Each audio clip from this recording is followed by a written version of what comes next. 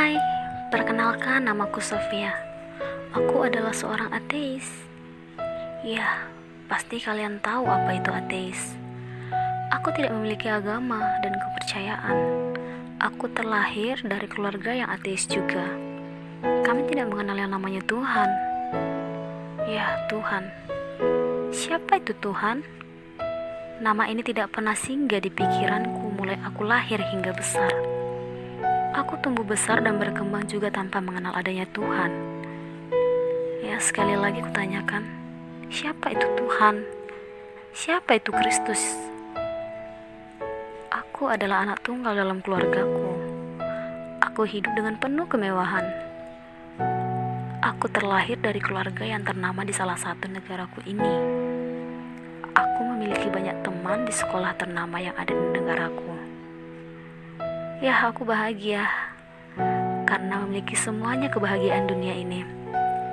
Dan tanpa Tuhan, aku dan keluargaku merasakan kebahagiaan. Jadi itu berarti hidupku bahagia bukan karena Tuhan, tetapi karena usaha ayahku dan ibuku.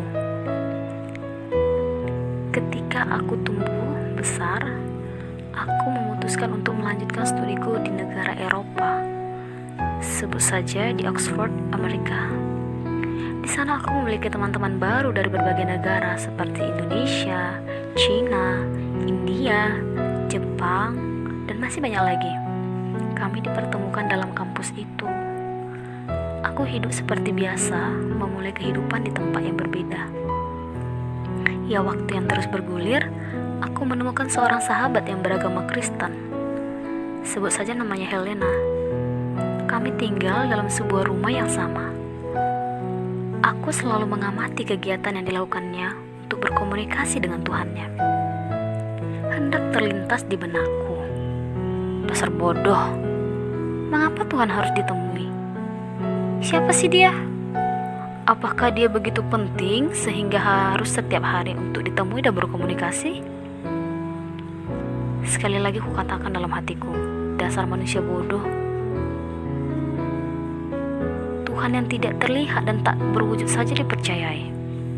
Lebih baik diriku tidak percaya, tapi aku hidup bahagia. Di suatu waktu, ketika hari Minggu, sahabatku hendak pergi bersekutu ke rumah Tuhan. Sebut saja gereja. Ia mengajakku untuk ikut dengannya. Sofia, apakah kamu mau ikut untuk bersekutu dengan Tuhan? Langsung aku menjawab, Tuhan, aku tak mengenalnya. Kamu saja yang pergi ya.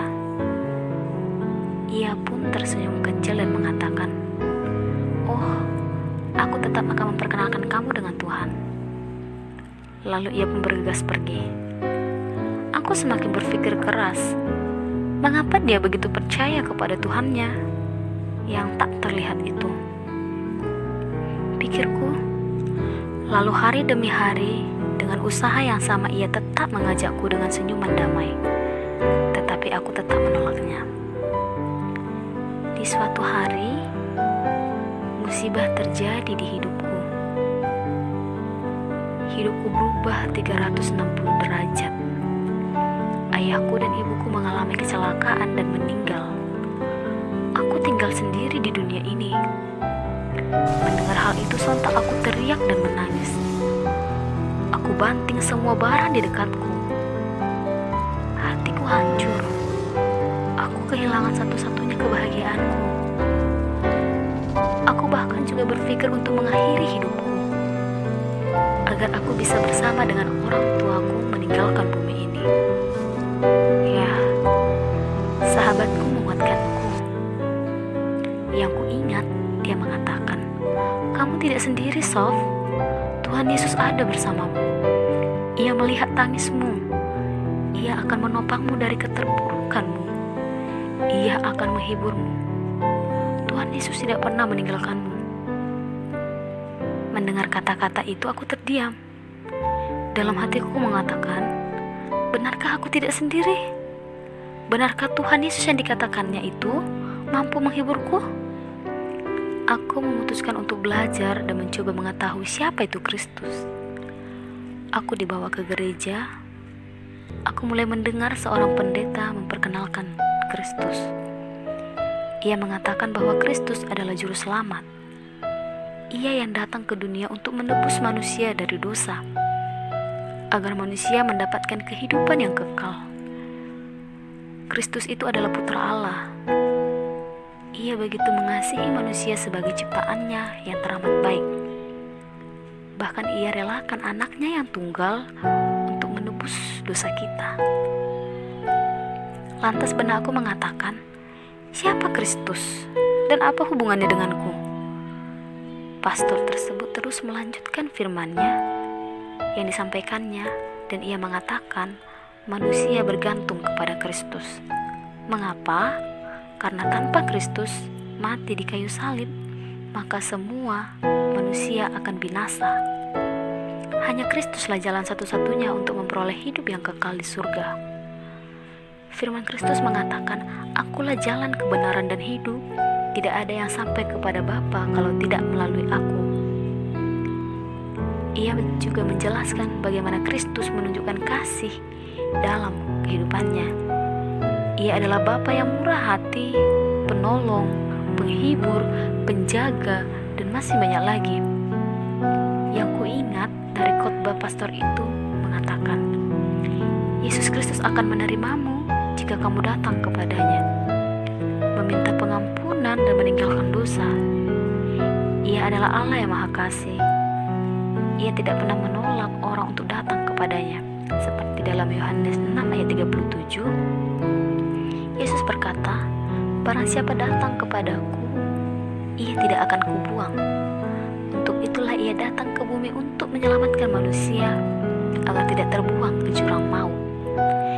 Tidak penting dosa apa yang telah manusia perbuat di masa lalu, Kristus tetap mengampuni, asal kita mau berbalik ke jalannya dan percaya kepadanya. Sebab Kristus mengatakan, "Aku datang bukan untuk memanggil orang benar, tetapi orang berdosa, supaya mereka bertobat." Dapat kita lihat di Lukas 5 ayat 32.